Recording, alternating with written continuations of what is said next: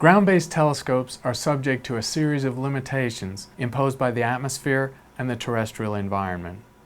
The first of these is light pollution. Most people in the United States and most people in the world now live in urban or suburban areas where the night sky is not nearly as visible as it was to humans throughout history when there were no city lights or artificial lights of any kind. This limits our view of the distant universe, often severely. I'm lucky enough to live in Pima County, one of the few in the United States in southern Arizona where there are strict lighting ordinances designed to protect professional astronomy from light pollution. This involves shielding lights from upward glow, limitations on commercial lighting, and in particular it involves the use of low-pressure sodium lights for standard street lights, which give far less scattered light and radiation than high-pressure sodium. In this picture of the United States, taken at night, you can see that doing astronomy east of the Mississippi is a losing proposition. There's almost continuous urban and suburban glow. The western United States still has some good locations for astronomy, in California, in Arizona, in the Sierras, and a few other places. But things are getting worse. Here you can see how the light pollution has changed in the last 50 years, and even projecting it forward to 2025, astronomy is going to be very difficult in the continental United States. This affects everyone, not just professional astronomers. Most young people are unaware of the existence of the Milky Way or the simple phenomena of the night sky because they've never seen it. Major observatories for research astronomy are located in just a handful of places.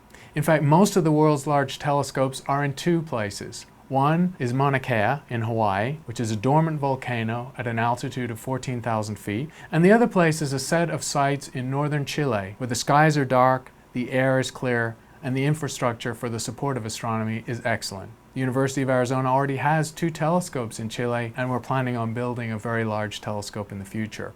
There are a few other places with large telescopes.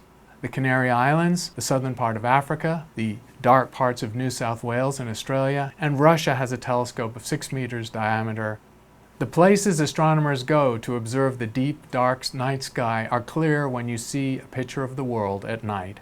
The United States is of course flooded with light, as is Western Europe, as are large parts of Asia. There are just a few places where the skies are pristine and dark. Africa is one of those places, but astronomers also like high mountaintops to escape above a lot of the water vapor. And that brings to prominence high mountain ranges such as the Andes and the extinct volcanoes in Hawaii.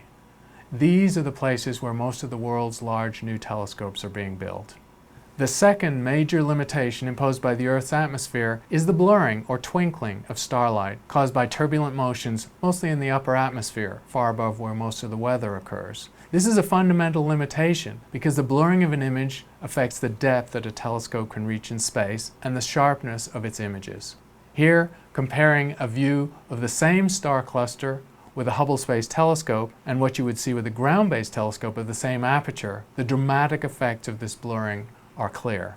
Astronomers call this seeing. The third major impact of the Earth's atmosphere is that it's opaque at most wavelengths across the electromagnetic spectrum. If we look schematically at the electromagnetic spectrum from gamma rays to radio waves, you can see that only a few spectral regimes are able to penetrate the Earth's atmosphere. That is the visible range, the sensitive range of our eyes, and a large part of the radio spectrum, plus a few segments of the near-infrared radiation that's beyond the wavelength the eye can observe. For large tracts of ultraviolet, X-ray, gamma ray, and millimeter waves, the atmosphere is essentially opaque. We cannot see celestial objects, and for that we have to go into space.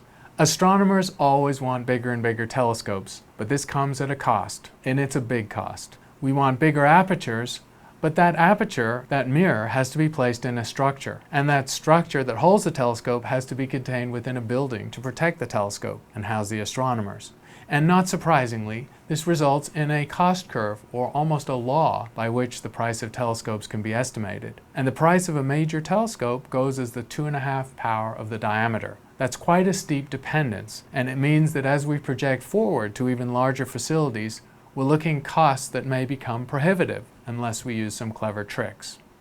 We've seen that there are 3 limitations imposed on ground-based astronomy. One is caused by light pollution. That's omnipresent in urban and suburban areas of the world, and it's driving astronomers to just a handful of locations at the top of high and remote mountaintops in several places in the world, primarily Chile and Hawaii. The second limitation is the blurring of the Earth's atmosphere. Astronomers have in fact developed some tricks to overcome that, but the blurring limits the depth and power of any telescope. The third limitation is the opacity of the Earth's atmosphere to most forms of electromagnetic radiation. Except for the small sliver of visible waves and a large chunk of the radio spectrum, all other bands of electromagnetic radiation are extinguished by the Earth's atmosphere. To observe them, we have to go into space.